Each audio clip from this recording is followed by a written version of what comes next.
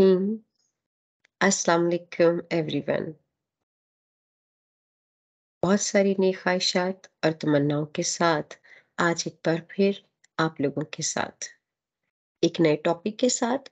और टॉपिक है आपकी book number 3, poetry section, ninth one poem. Title है उसका जी, the feet. This poem, the feet, is again composed by the same one writer and poet Ahmad Nadeem Kasmi, whose one lesson you have read earlier, God be praised, in short story. So आज के दिन में हम the feed poem के हवाले से discussion रखेंगे। The poem feed mean to nurture, to give food, to provide food. And surely, being a Muslim community, we know well that all the parents are responsible to provide food to their children. And similar is the condition in the world of birds, animals, other living creature. Just like the very picture I've shared on screen is the perfect description of the title, A Mother's Love is whole, no matter how many times divided. तो जिस तरह आप observe कर रहे हैं कि mother sparrow जो है वो अपनी चिक्स को फीड करवा रही है, फूड प्रोवाइड कर रही है, इसी के हवाले से हमारी आज की पोइम भी है। अहमद नदीम कासमी जो है ये एक prominent progressive poet, short story writer और जर्नलिस्ट हैं। पाकिस्तान के एमिनेंट राइटर्स में से एक। इनका पेन नेम नदीम है और रियल नेम अहमद शाह अवान है।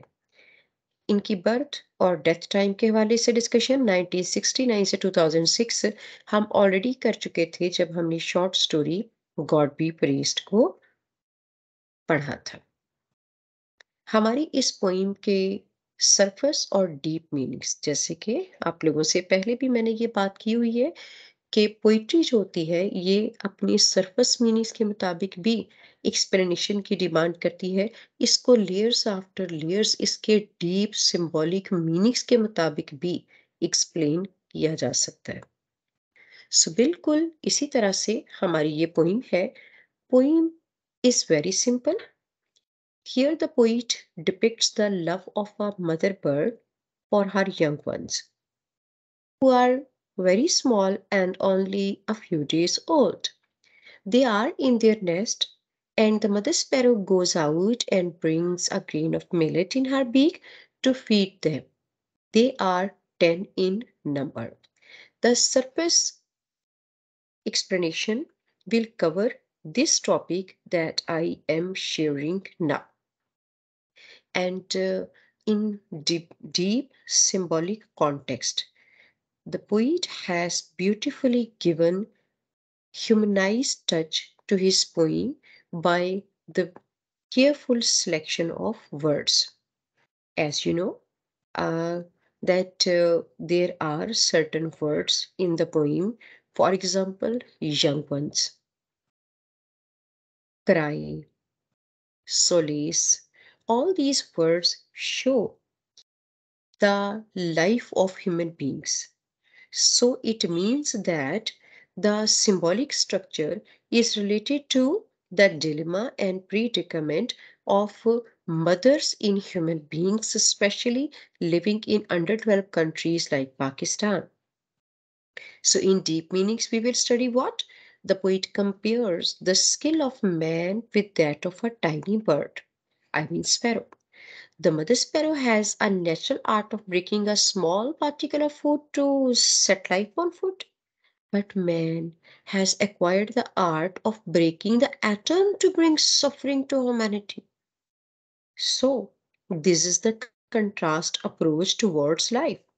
Through this different approach, the poet concludes that man needs to learn to give life rather than snatch it.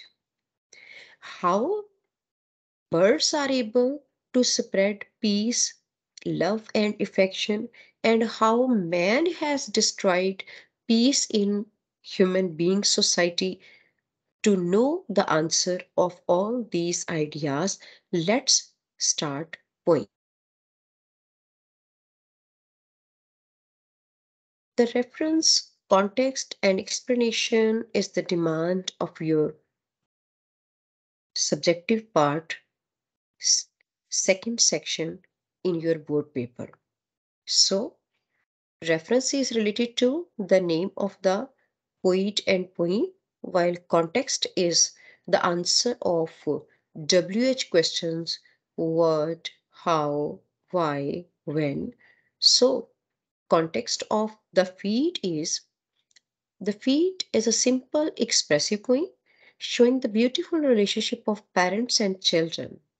The poet, through his keen observation, portrays the unfathomable love of a mother for her young ones, who are very small and only a few days old. The newborns are in the nest and anxiously waiting for a mother to get food. A mother sparrow tries to feed her children and wants them to be independent. The mother bird has only one small grain to feed her 10 young ones. This thing shows the dilemma of mother bird. The poem reflects the immeasurable love and affection of mothers for their young ones. The theme is universal. Mothers plan very carefully to distribute a small quantity between a large family. Mothers treat all children alike. And now, just take start from verses. Holding a grain of millet in her beak, the mother sparrow has come to feed. The young ones are so tiny and small, from head to toe, they are beaks. When they cry, one grain to be fed to the 10 young ones. This is the first one stanza of ninth one poem. Before taking start, the very ideas related to explanation, just have a look on the meanings of some difficult words that need your attention. Holding matlab taking, getting, a grain. Grain, obviously हम grain के word को serial के sense में use करते हैं, मगर यहाँ पर ग्रेन ऑफ मिलेट का जिक्र आ रहा है। तो मिलेट वो पर्टिकुलर सीरियल है जिसके ग्रेन मतलब पार्टिकल या फ्रेगमेंट की बात हो रही है, और ये किसके पास है? मदर स्पैरो की बीक में। The mother sparrow has come to feed. I mean, after getting one piece of cereal, now mother sparrow is coming back to feed the children who are in nest, maybe. The young ones are so tiny and small. Tiny, small synonyms. And for this word tiny, we can also get a synonym little. From head to toe, they are beaks when they cry. As the young ones are really a few days old, they are newborn, so therefore their bodies are featherless. So when they cry, they weep in order to get attention of mother. Their whole body has become beaks. I mean, the very prominent visible body part is their beak. Mother Sparrow has come back, but now is worried because in her small beak she has only one grain, one piece, and the young ones are 10 in number. This digit 10 can become the part of your MCQs as well. सो हमने पढ़ लिया कि mother sparrow जो है वो in search of food गई हुई थी, और अब उसे कहीं से सीरियल एक फ्रेगमेंट एक पीस मिल गया है। वो वापस आ गई है और अपने चिक्स को वो फीड करवाना चाहती है। सो इस पॉइंट ऑफ व्यू से हम अभी एक्सप्लेनेशन स्टार्ट करते हैं। In these verses, the poet has sketched scenes of a sparrow's home and what it can be nest, you know.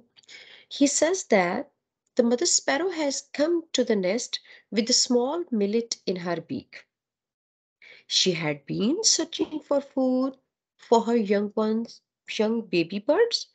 Finally, she was able to find a grain and has come back to the nest to feed her babies. Mother is she who can take place of others, but whose place no one else can take. The baby birds are very small. They have no feathers yet. When they open their beaks wide, only beaks are seen or visible. Or we can also use here the word prominent. There are 10 baby birds in the nest. The mother has only one grain of millet to be fed to these 10 babies. A mother is the noblest example of love, sacrifice, and tolerance. Mother is a symbol of pure and eternal love. The poet has significantly pointed towards hunger and population explosion through the outset of this stanza. चूंकि हमने पीछे जिक्र पढ़ा कि poet की जो selection है words की वो बड़ी यूनिक है। जस्ट हम एक दफा फिर से बैक पे जाके दोबारा से नजर डालते हैं कि उसने ये फर्स्ट स्टेंजा के अंदर यंग वंस को यूज किया है, नॉट यंग बर्ड्स और चिक्स, हालांकि हम तो मदर स्पैरो की बात पढ़ रहे थे। इसी तरह से जो नेक्स्ट वर्ड हमें अभी मिला वो था क्राई। अब क्राई जो है ये ह्यूमन साइकोलॉजी के अकॉर्डिंग इमोशंस के एक्सप्रेस किए जाने का एक स्टाइल है जो कि पर्टिकुलरली ह्यूमन बीइंग्स की लाइफ से रिलेट करता है। यहाँ पर तो अगर बर्ड्स की बात हो रही है तो पोइट को चाहिए था कि वो चिर्प या हाउल इस्तेमाल करे, लेकिन उसने ऐसा नहीं किया क्योंकि पोइट की केयरफुल सिलेक्शन ऑफ वोकेबलरी ही हमारी पोइम को रिलेट करती है अपने डीप मीनिंग से में to the life of human beings. तो जब हम ह्यूमन बीइंग्स की लाइफ की तरफ इंडिकेशन पाते हैं तो हमें क्या मिलता है? That the poet has significantly pointed towards hunger and population explosion. Poet कहता है कि with the passage of time the rapid increase in population in the world has taken place, and with the large number of people, there is the shortage of food that is the major threat to the world. World population is increasing fast, and man has not learned to produce more food. इंसान जो population है world की वो तो rapid increase में है, मगर new से न्यू फूड प्रोडक्शन के जो वेज है उनकी तरफ इंसान ने अभी कोई खास टेक्नोलॉजी या एडवांसमेंट नहीं ला सका है। More if man has limited resources, keep his family small. अगर वो न्यू से new resources, food production and इसकी क्वालिटी को मेंटेन नहीं कर सकता, तो इसका मतलब ये है कि सेकंड सोल्यूशन ये होना चाहिए कि जो फैमिली का साइज है ये स्मॉल होना चाहिए। लेकिन ये दोनों चीजें इस वक्त इंसान के कंट्रोल से बाहर जा रही हैं।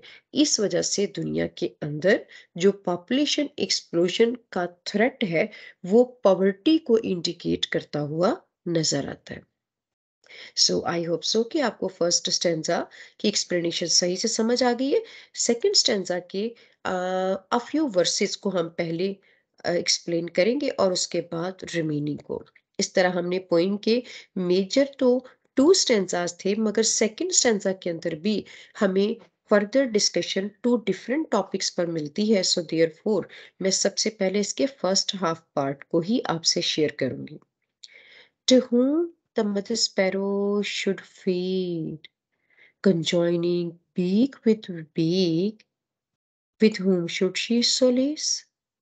मदर स्पैरो बिल्कुल परप्लेक्स्ड है, वरीड है, अपसेट है, क्योंकि जब वो वापस आती है और उसकी बीक में just one piece of millet है और जो नेस्ट के अंदर उसके बेबीज हैं, चिक्स हैं, वो सब के सब चूंकि वीप, वेल एंड क्राई से अपनी मदर की अटेंशन लेना चाहते हैं, अपने फीलिंग्स को एक्सप्रेस करके। सो उन सब ने अपनी बीक्स जो है ना, वो ओपन वाइड की है, जिसकी वजह से उनकी टाइनी बॉडीज पर सिर्फ बीक्स ही प्रोमिनेंट नजर आ रही है और कोई भी चीज विजिबल नहीं है।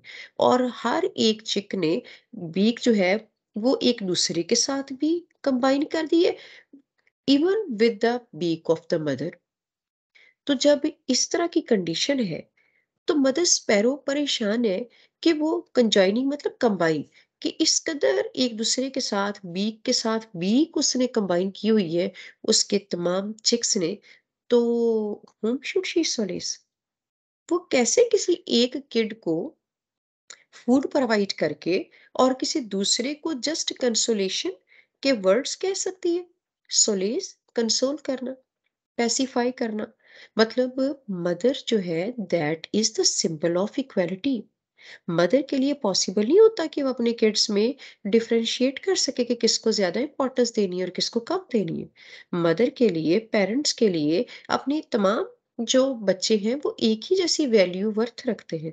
सो देयर फोर जो परप्लेक्सिटी है, जो प्रॉब्लम है उस मदर स्पैरो की, उसको यहाँ पर हाईलाइट किया गया है। और फिर मदर स्पैरो ना इमेजिन करती है, इमेजिन क्या कर रही है? फिशरिंग the atom you have learn to weep and wail in a loud tone. वो कहती मेरे जितने भी ये चिक्स हैं, ये सारे जो यंग बेबीज हैं, इन्होंने फिशर किया। फिशरिंग मतलब ब्रेकिंग, इन्होंने ब्रेक किया एटम। यकीनन साइंटिफिकली एटम से एटम बॉम्ब या न्यूक्लियर वेपन ही का कॉन्सेप्ट आपके माइंड में आ रहा है, जो कि रेलिवेंट भी है। लेकिन यहाँ पर जस्ट इमेजिन कि आप एटम को ले रहे हैं एग शेल की सेंस में, क्योंकि मैंने आपके साथ ये इमेज शेयर की है। A baby bird is hatching. Biologically ये जो हैचिंग है, ये बर्ड्स की बर्थ, यानी जो एग शेल को ब्रेक करके अपीयरेंस है इस दुनिया में आने की, उसको कहते हैं। तो वो इतना हैरान होती है, मदर स्पैरो इमेजिन करती है कि मेरे जो चिक्स हैं, ये इतने वीक हैं, इतनी इनकी पावर भी वीक है, ये बिल्कुल इनकी बॉडीज भी इतनी टाइनी और स्मॉल है। पता नहीं इन्होंने कैसे इतनी फोर्स लगा के उस एगशेल को ब्रेक किया होगा। और ब्रेक करने के बाद सबसे पहली चीज क्या लर्न की है भला? वीपिंग, क्राइंग, वेलिंग, मोर्निंग, यानी मौनफुल क्राई। उन्होंने सबसे पहले रोना सीख लिया है लाउड टोन में, क्योंकि उन्हें ये पता है कि अगर वो रोएंगे तो वो मदर की अटेंशन ले लेंगे। तो कहती ये चीज तो इन्होंने लर्न कर ली है, मगर मैं कैसे एक मिनट, एक पीस ऑफ मिनट को इन 10 किड्स में इक्वली डिवाइड करूं? वो इसी परप्लेक्सिटी, इसी टेंशन में है। तो अब यकीनन आपको क्लियर हो गया होगा कि हमने किस टाइप की एक्सप्लेनेशन को यहाँ पर रिलेट करना है। तो चलिए इंग्लिश में एक्सप्लेनेशन स्टार्ट कर लेते हैं। In these lines the poet has described the confusion of the mother sparrow. She has only one piece of grain in her beak. There are 10 young ones in the nest. All are hungry. They all are crying for food, opening their beaks wide. Hunger knows no friends but its feeder. Aristotle के view point में hunger जो है, जब इंसान hunger pangs में होता है, तो उसे उस वक्त किसी और फ्रेंडशिप या कंपेनियनशिप या कंसोलेशन की जरूरत नहीं होती, सिर्फ एक फीडर चाहिए होता है।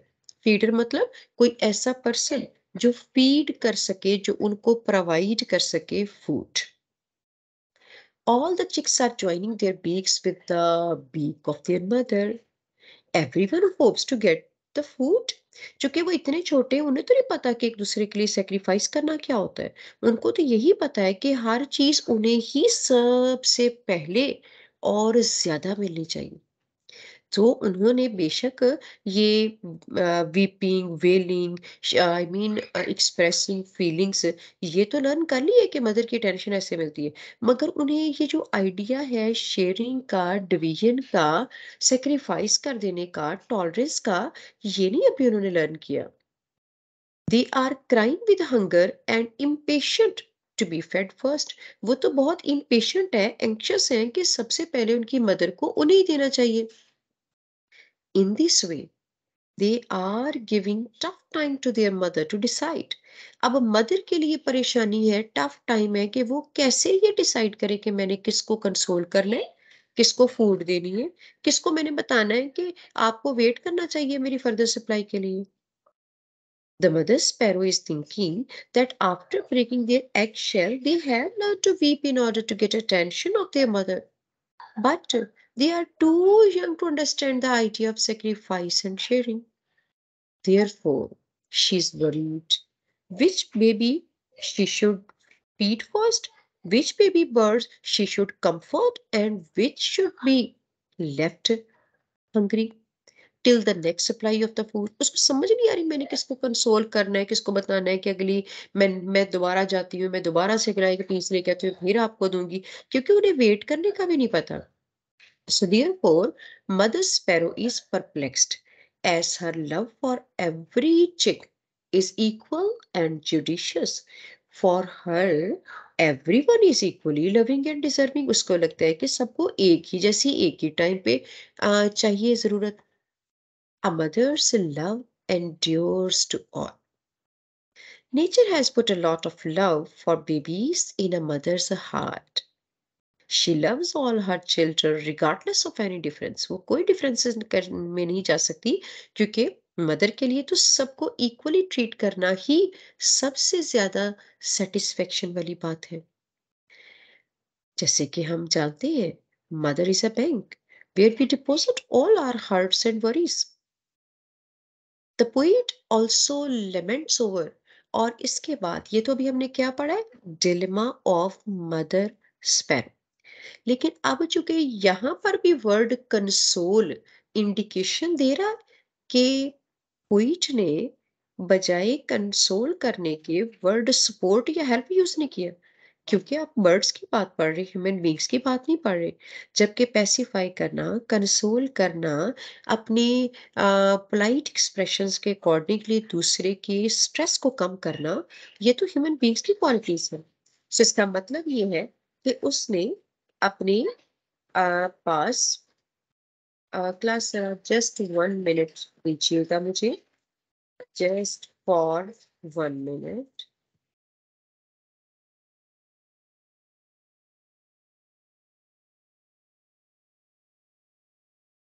हाँ जी क्लास, हम दोबारा से कनेक्ट कर लेते हैं अपने पॉइंट पे। हम बात कर रहे थे कि पोइट ने अपने आइडिया को कनेक्ट कर दिए ह्यूमन लाइफ से, और ह्यूमन लाइफ से रिलेट करते वक्त वो बहुत ज्यादा पैनिक हो गया है, क्योंकि इंसान ने, मदर स्पैरो जो है, वो तो फिर भी डिवाइड करना चाहती है, ब्रेक करना चाहती है, किस चीज को, फूड को। लेकिन इंसानों ने क्या किया, अपने डेवलप्ड कंट्रीज में रहने वाले so called civilized, educated, developed nations ने क्या किया, उन्होंने एटम बॉम्ब ब्रेक कर दिया। अब ये जो एटम बॉम्ब ब्रेक किया है, न्यूक्लियर वेपन का यूज किया है, वॉर इम्पोज की है, अब ये सारी चीजें क्या है, threat, misery, destruction, pain, and once again what is the prominent thing, weeping, crying, mourning. और इन सारे इंसानों को किस चीज पे लगा दिए, ये पैनिक स्ट्रिकन फीलिंग्स है, और हर तरफ वीपिंग है, हर तरफ ब्लडशेड है, सिर्फ यही चीजें दी। और पोइट कहता है कि फिर भी उन्हें लगता है कि वो super power of the world है, फिर भी वो अपने आप को डेवलप्ड कंट्रीज कहते हैं। क्या फिर भी वो अपने आप को सिविलाइज्ड नेशंस कहला सकते हैं? नहीं। सो इन जो आइडियाज को भी हम इंग्लिश में एक्सप्लेनेशन में एक दफा दोहरा लेते हैं। The poet also laments over the so called progress of human beings. Humans are able to break the nuclear atom bombs. They have made atomic weapons to destroy themselves. The poet says that by fissioning the atom, people have made the things that are spreading wars and crimes. These atomic weapons are horrible thing and making the human environment threatening.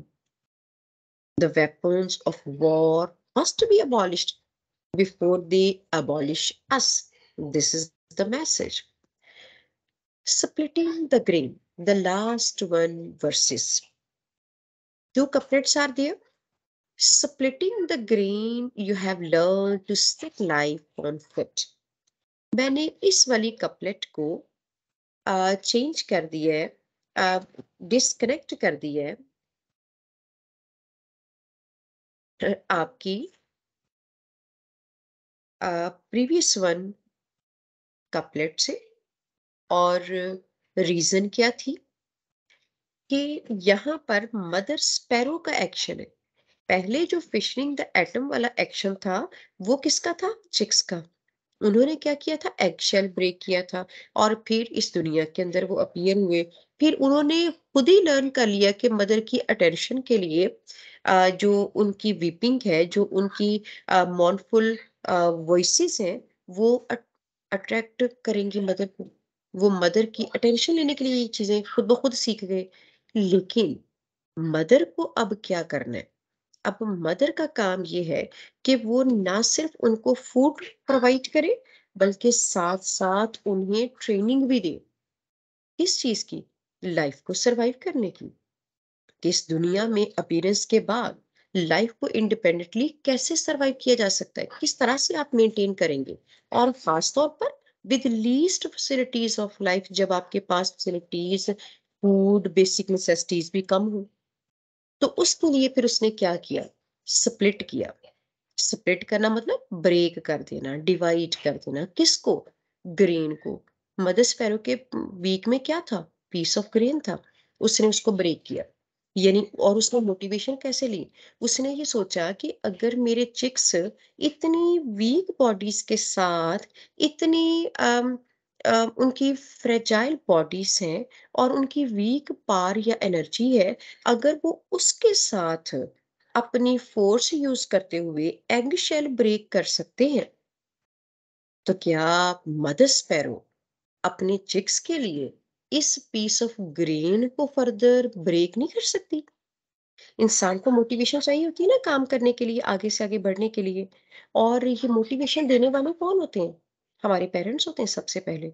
वो हमें motivate करते हैं। बच्चा इस दुनिया में आता है और उसके बाद वो चंद अल्फाज टूटे-फूटे बोलता है, मोटिवेशन से वो आगे से आगे अपनी वोकैब्युलरी और रिफाइंड थॉट्स पे जाता है। पहले दिन उसका कदम डगमगाता है, ये वालिदैन है जो हाथ पकड़ के चलना सिखाते हैं। यानी to set life on foot. अगर ये वाला पॉइंट आप गौर करें, इसका मतलब क्या है? Maintain life. हमारी लाइफ को मेंटेनेंस भी सिखाने वाले हमारे पेरेंट्स होते हैं और खास तौर पर इसमें मेजर रोल मदर ही का होता है। तो फिर मदर ने क्या किया? मदर ने मोटिवेशन ली कि मैं भी तो इस तरह से अपनी बीक के अंदर अपनी एनर्जी अगर लगाऊँ तो हो सकता है फर्दर ये पीसेस में छोटे-छोटे में हो जाए डिवाइड और मैं इक्वली सारे अपने चिक्स को दे सकूँ। क्योंकि मदर का लव जो है वो इक्वल होता है ना। तो इस वजह से मदर स्पैरो ने सक्सेसफुली अपना सॉल्यूशन ढूंढ लिया। अपनी एनर्जी अपने पार के जरिए वो जो वन पीस ऑफ ग्रेन था, इसको फर्दर स्मॉलर फ्रेगमेंट्स या पीसेस में कन्वर्ट कर दिया। और उसके बाद क्या किया? हर एक को उसमें से वो जो माइनर पार्ट है अलैदा अलैदा डिवाइड करके शेयर करके दिया और इस तरह उन्हें सिखाया how to set life on foot. कि उन्हें लाइफ में अगर आगे बढ़ना है, सरवाइव करना है, तो उन्हें शेयरिंग पे आना पड़ेगा। उन्हें एक दूसरे के साथ यूनिटी पे आना पड़ेगा। एक दूसरे के लिए सेक्रीफाइस करना आना चाहिए। इस तरह वो लाइफ को आगे से आगे बढ़ पाएंगे। तो एक मदर स्पैरो ने तो अपना रोल प्ले कर दिया। लेकिन जो जो लाइफ है बर्ड्स की, वो ये काम कर सकते हैं कि सही तरीके से शेयरिंग के आइडियाज को प्रमोट करते हैं। क्या आज के दौर का इंसान ये करने के काबिल है? ये जो अगली वाली 2 कपलेट ये जो अगली 2 वर्सेस हैं, इसके अंदर पोएट जो है, वो एक open ending thought provoking question करता हुआ नज़र आता है। वो कहता है कि किस तरह से हमारी जो अदर लिविंग क्रीचर्स हैं, वो अपनी लाइफ को मेंटेन करती हुई नजर आती हैं हमें इस यूनिवर्स के अंदर। लेकिन ह्यूमन बीइंग्स जो कि क्राउन ऑफ क्रीचर है, वो क्या करते हुए नजर आ रहे हैं? वो तो सिर्फ और सिर्फ वेपन्स बना रहे हैं, डिस्ट्रक्शन फैला रहे हैं, पेन दे रहे हैं, सिर्फ और सिर्फ सॉरोफुल कंडीशन को डेवलप कर रहे हैं। लेकिन कड you split the great question किसे किया जा रहा है? The most developed countries of the world से। U is the indication uh, of all the developed countries who have enough grain. They have the facilities more than they need, but they have not learned yet the idea of sharing. Pain कहाँ पे है? Panic कहाँ पे हो रहे हैं हम सारे के सारे दुनिया में रहने वाले लोग? क्योंकि हमारे डेवलप्ड कंट्रीज, पावरफुल पीपल, वो शेयरिंग नहीं जानते। वो सिर्फ और सिर्फ अपनी सेंस ऑफ सुपीरियोरिटी को पैसिफाई करने के लिए वेपन्स तो बना रहे हैं, अदर कंट्रीज पे अपनी डोमिनेशन तो शो कर रहे हैं, मगर जो मोरालिटी, जो ह्यूमैनिटी उन्हें शेयरिंग करने में सेक्रीफाइस से प्रूव करनी थी, वो यही काम नहीं कर रहे। तो फिर क्या वो रियल सेंस में सिविलाइज्ड कहला सकते हैं? क्या वो रियल सेंस में आज की एडवांस्ड नेशंस कहला सकती हैं?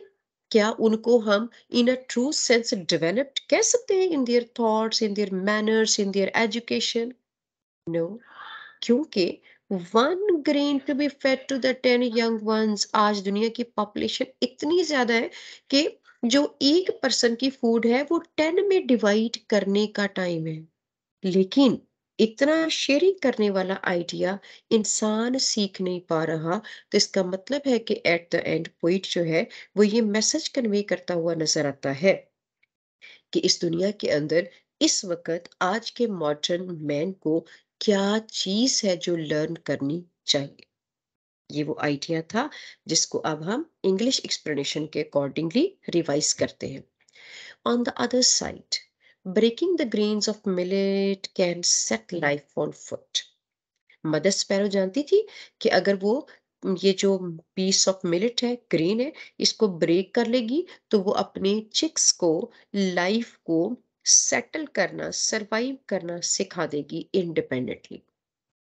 So Mother Sparrow imagines that how her weak chicks have broken eggshell with their minor power, and in this attempt gets motivation for breaking grain. वो इस अपने वो चिक्स की जो इमेजिन करती है कि उन्होंने किस तरह से अपनी एंडलेस एफर्ट के साथ अपने एगशेल को ब्रेक किया, वो जब उनको इमेजिन करती है तो यही चीज उसे पुश करती है, मोटिवेट करती है कि वो क्यों नहीं इस ग्रेन को फर्दर पीसेस में ब्रेक कर सकती। So after applying her full strength, she finally breaks the piece of grain in further small pieces. In this way, she supplies food equally and also teach them the idea of sharing and unity in order to live independent life. तो वो अपने chicks को food भी देती है और साथ में उनको ट्रेन भी करती है कि शेयरिंग के साथ, यूनिटी के साथ आप लाइफ को इंडिपेंडेंटली और कॉन्फिडेंस के साथ लीड कर सकते हैं। सो इस आइडिया के साथ the poet wants to draw our attention to the positive use of science and technology. वो कहता है कि आज के दौर के इंसान ने साइंस एंड टेक्नोलॉजी को पॉजिटिव यूज की बजाय नेगेटिव में क्यों डाल दिया। It can save many lives and eliminate hunger from the world. अगर साइंस और टेक्नोलॉजी के पॉजिटिव यूज पे आएंगे तो हम मैनी लाइव्स को सेव कर सकते हैं, बजाय इसके कि किल कर दें। और हम एलिमिनेट कर सकते हैं, इरेडिकेट कर सकते हैं हंगर को। हम साइंस और टेक्नोलॉजी के मदद से न्यू एग्रीकल्चर सिस्टम की डेवलपमेंट के साथ इनफ सफिशिएंट फूड प्रोवाइड कर सकते हैं। The poet asks a question at the end of the poem. He asks humans if they can break the green like they did with atom. जिस तरह उन्होंने atom bomb को break करके पूरी दुनिया के अंदर हंगर को, पॉवर्टी को स्प्रेड किया है, क्या आज वो ग्रीन के पीसेस को फर्दर ब्रेक करके शेयर करना जानते? He says that the real science is to serve humanity, not to destroy humanity with it, as there are a lot of people to be fed on a small amount of food in the modern world. So here is an open-ending question, and with this open-ending question, I hope so you all have understood that what should be your next step in order to lead a successful life. So this was all about this poem, a very beautiful poem. So thank you so much for your attention.